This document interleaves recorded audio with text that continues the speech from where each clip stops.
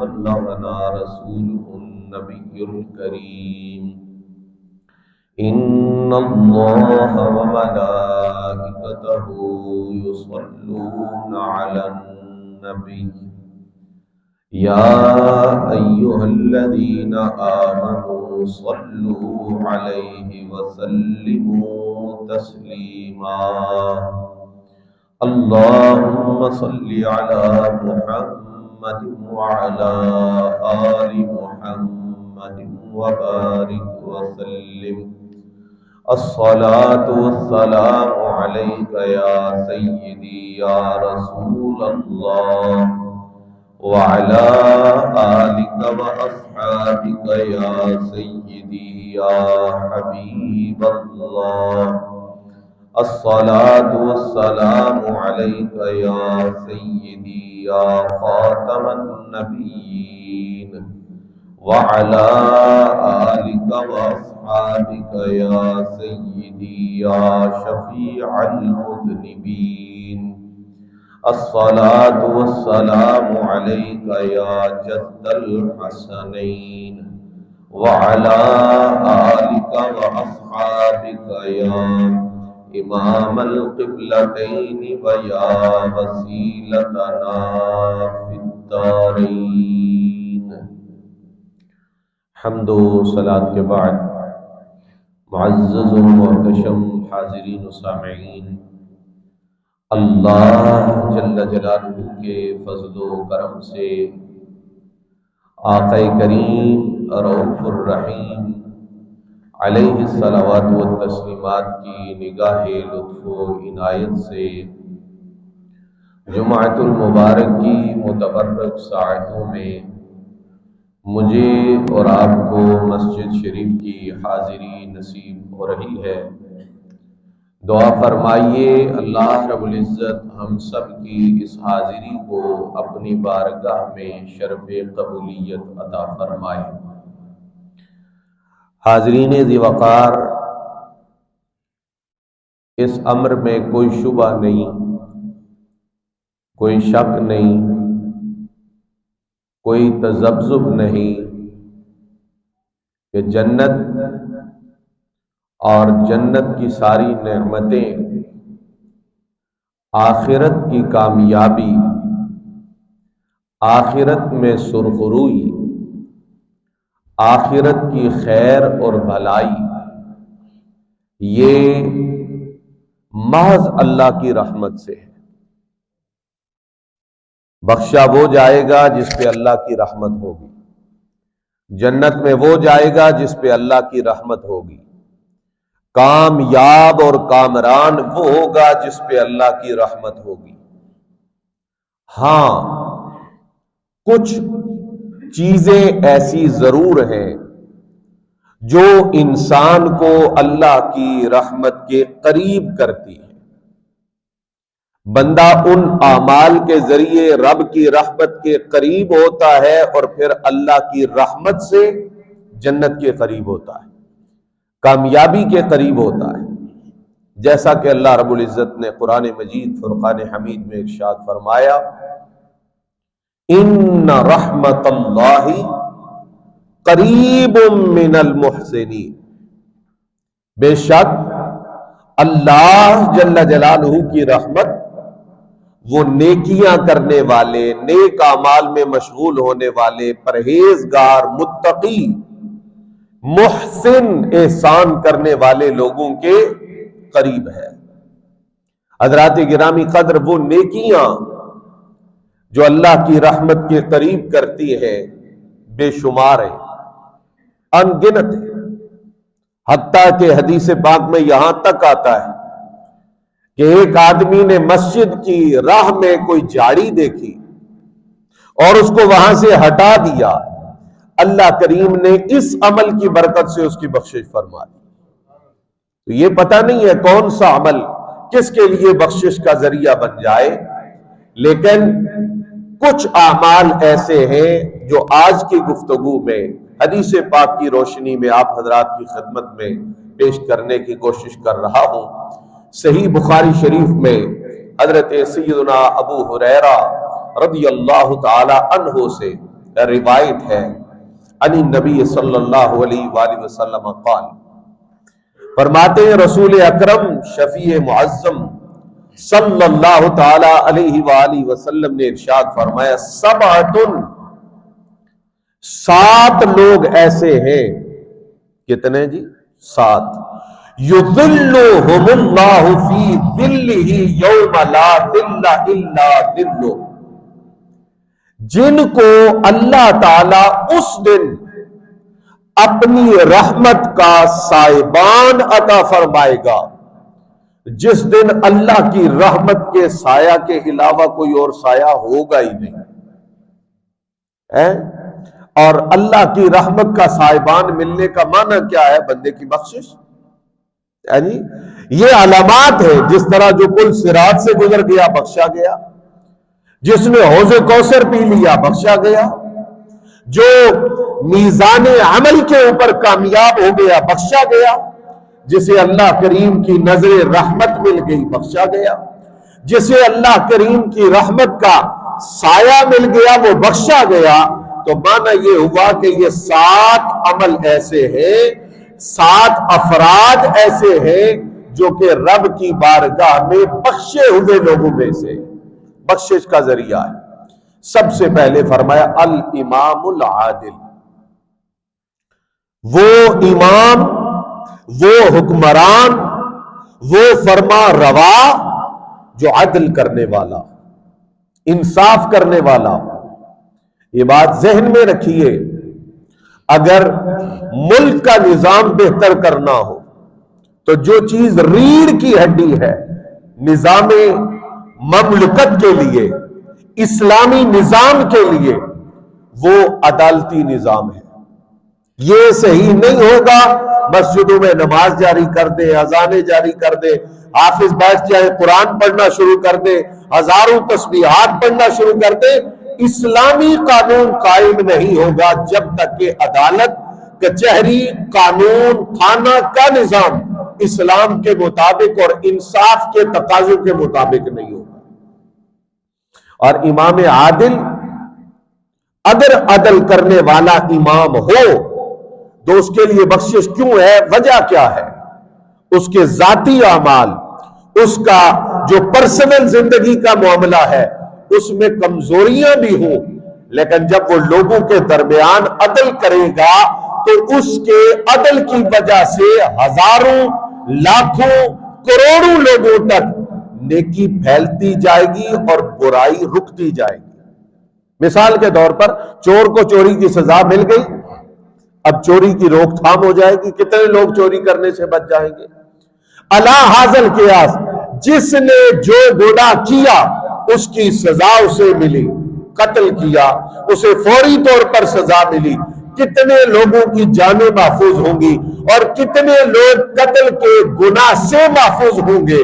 سو جو امام، جو امیر، جو حکمران عدل و انصاف سے کام لیتا ہے اس کے نامہ اعمال میں ان گنت نیکیاں ہے، حتیٰ کہ وہ نیکیاں اسے بخشش تک پہنچا دیں گی۔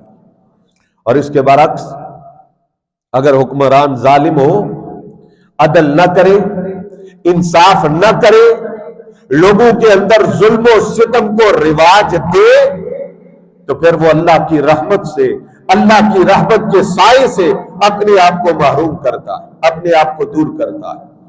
دوسرا آدمی جو اللہ کے رحمت کے سائے میں ہوگا روز محشر، وہ کون ہے؟ وَشَابٌ نَشَأَ فِي عِبَادَةِ رَبِّهِ، وہ جوان جو اپنے رب کی عبادت میں پروان چڑھے، جس کی جوانی کے لمحات گزرے اللہ کے ذکر میں، اللہ کی عبادت میں، نماز میں، روزہ میں، دوسرے لوگوں کی مدد کرنے میں، حج کرنے میں۔ یہ نہیں ہے کہ حج کرنے کے لیے جو 70 سال سے اوپر ہے اسی کو بھیجنا ہے، جی کیا اب یہ بزرگ ہو گئے اب ان کو حج کرنے بھیج دے؟ اگر اللہ تعالیٰ کی خاص مہربانی ہوگی تو ادھر ان کو جامع شہادت بھی مل سکتا ہے۔ تو چلیں ہم کہیں گے کہ وہیں پر ان کا وصال ہو گیا، شہید ہو گئے، حج کرنے گئے تھے۔ یہ نہیں ہے، جب جوان ہو اور اللہ نے استطاعت عطا فرمائی ہو تو اس وقت حج کے لیے جائے. اور جوانی کا حج، جوانی کی عبادت وہ رب تعالیٰ کی بارگاہ میں اتنی پسندیدہ ہے کہ فرمایا جو جوانی میں عبادت کرتا ہے قیامت والے دن رب کی رحمت کے سایہ میں جگہ اسے نصیب ہو. ہاں عبادت اللہ کریم ہے، اس جیسا کریم کوئی نہیں. وہ بندہ جب بھی کرے تو مہربانی فرماتا ہے، قبول کرتا ہے. لیکن وہ وقت جب بندہ رکوع میں صحیح جھک سکتا ہے، وہ وقت جب بندہ سجدہ درست طریقے سے کر سکتا ہے، وہ وقت جب بندے کو قیام کرنے میں تکلیف نہیں ہوتی، اس وقت کی عبادت سبحان اللہ.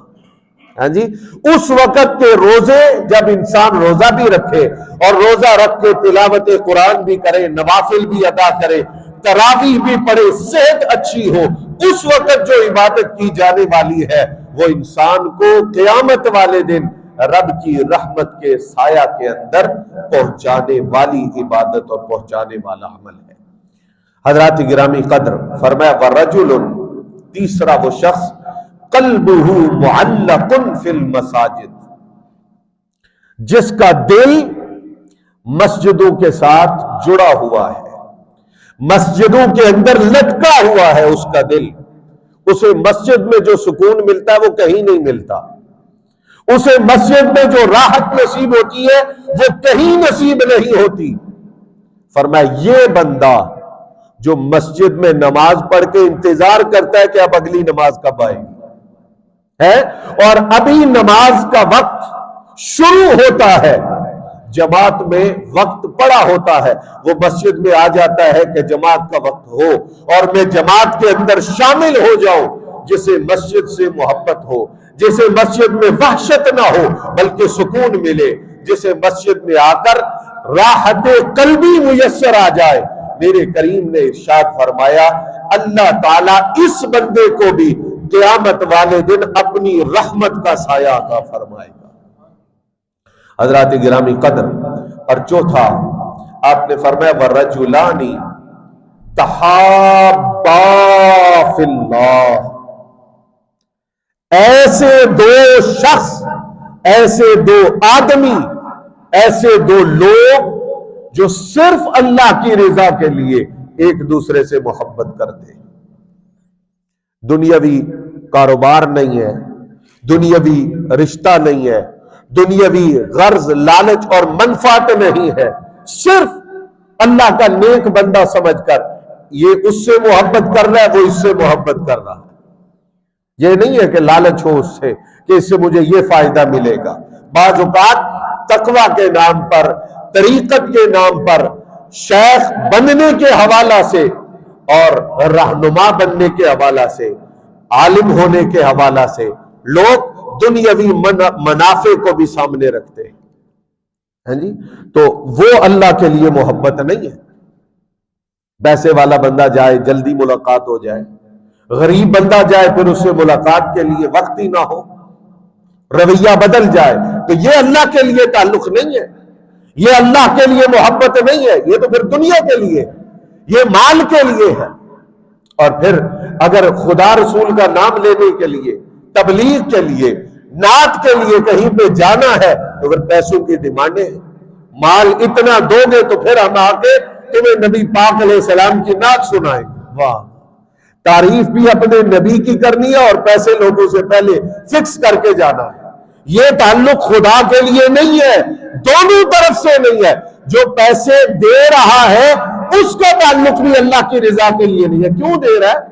وہ خود نبی پاک علیہ السلام کی نعت پڑھے، اپنے قرب و جوار میں نبی پاک علیہ السلام کی ثنا کرنے والے لوگوں کو بلائے، اپنے شہر سے کوئی اللہ کا پیغام پہنچانے والا عالم بلائے اور بلا کر اللہ اور اس کے رسول کے فرامین کی محفل کر لے.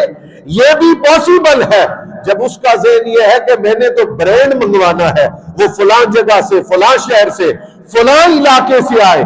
اب اس کے اندر نقصان یہ ہے، سمجھ رہے ہیں کہ نیکی ہے، پر حقیقت میں نیکی جو آ رہا ہے وہ لالچ میں آ رہا ہے، اور جو بلا رہا ہے وہ شہرت کے لیے بلا رہا ہے. نہ اس کے پلے کچھ پڑا نہ اس کے پلے کچھ پڑا. میرے آقا نے فرمایا وہ دو لوگ جو ایک دوسرے سے محبت کرے خالص اللہ کے لیے، درمیان میں اور کوئی چیز نہیں ہے، درمیان میں کوئی اور منفعت نہیں ہے۔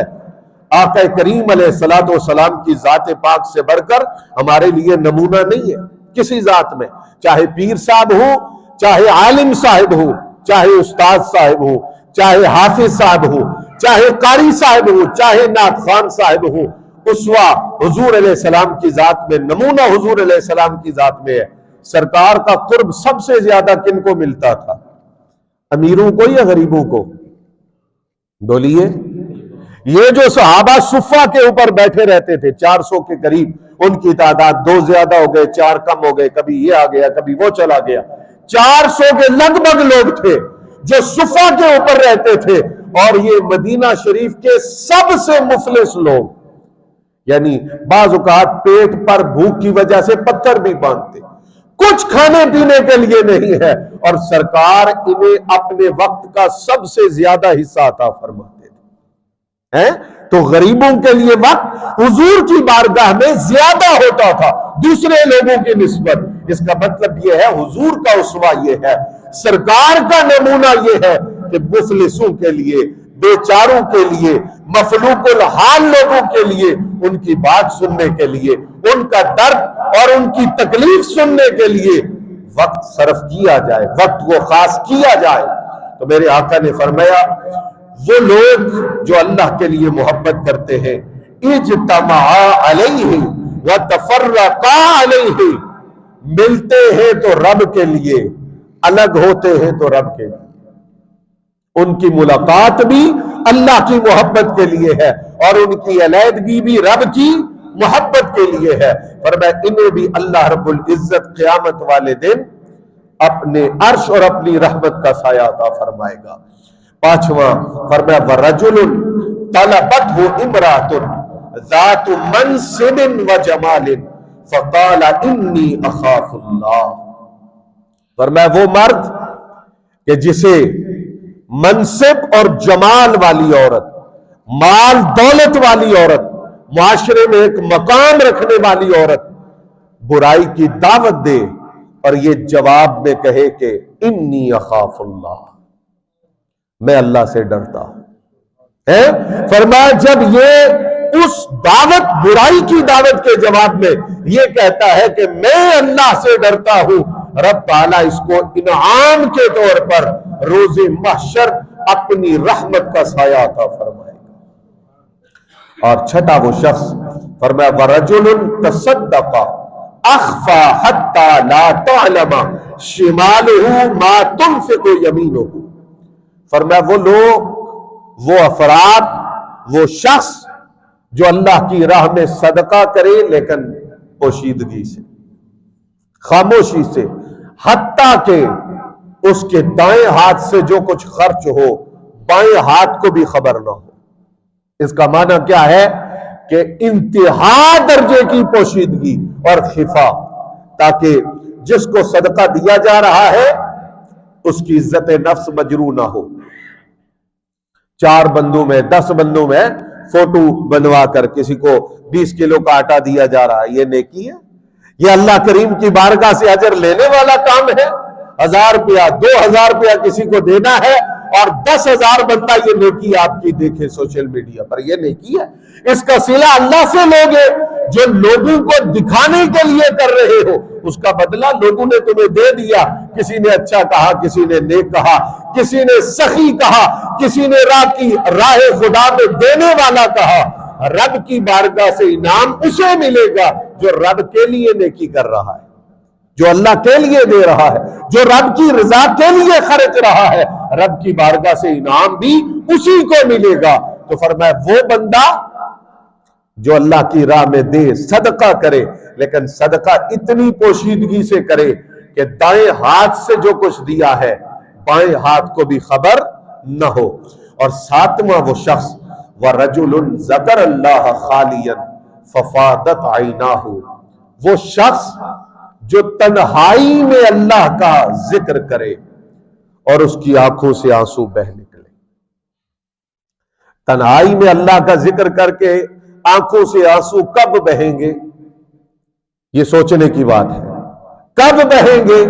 بندہ تنہائی میں اس کے لیے روتا ہے جس سے محبت ہو، جس سے پیار ہو، جس سے قلبی تعلق ہو، جس سے عشق ہو. اب تنہائی میں اللہ کو یاد کر کے، اللہ کا ذکر کر کے وہی روئے گا جس کا باطن اور جس کے دل کی دنیا اللہ کی محبت سے آباد ہے. فرمایا یہ شخص جو ہے جو تنہائی میں اللہ کو یاد کر کے، اور اللہ کی یاد میں نماز بھی ہے، اللہ کی یاد میں ذکر بھی ہے، اللہ کی یاد میں تسبیح بھی ہے، اللہ کی یاد میں حمد بھی ہے، اللہ کی یاد میں دعا بھی ہے. دعا کرتا ہے روتا ہے، تسبیح پڑھتا ہے روتا ہے، اللہ کے انعامات جو اس کے اوپر ہے انہیں یاد کرتا ہے روتا ہے، اپنے گناہ یاد کرتا ہے روتا ہے، اپنی کوتاہیاں اور رب کی بخششیں یاد کرتا ہے، آنکھوں سے آنسو بہاتا ہے. میرے کریم نے ارشاد فرمایا کل قیامت والے دن اللہ تعالیٰ اس شخص کو بھی اپنی رحمت اور اپنے عرش کا سایہ عطا فرمائے گا. حضرات گرامی قدر، ایک مسلمان کو ان اعمال میں خوب کوشش کرنی چاہیے جو انسان کے لیے آخرت کا سرمایہ ہے. دنیا میں تو بندہ مال جتنا بھی جمع کر لے آخر وہ عارضی ہے، لیکن یہ اعمال وہ ہے جو ہماری آخرت کا سرمایہ ہے اور جن کا صلہ ہمیں ہمیشہ کے لیے اللہ کریم کی بارگاہ سے ملنا ہے. دعا ہے پروردگار عالم ہمیں اعمال صالحہ میں مشغول ہونے اور اعمال سیئہ سے بچنے کی توفیق عطا فرمائے. وما علیہ الا البلاغ.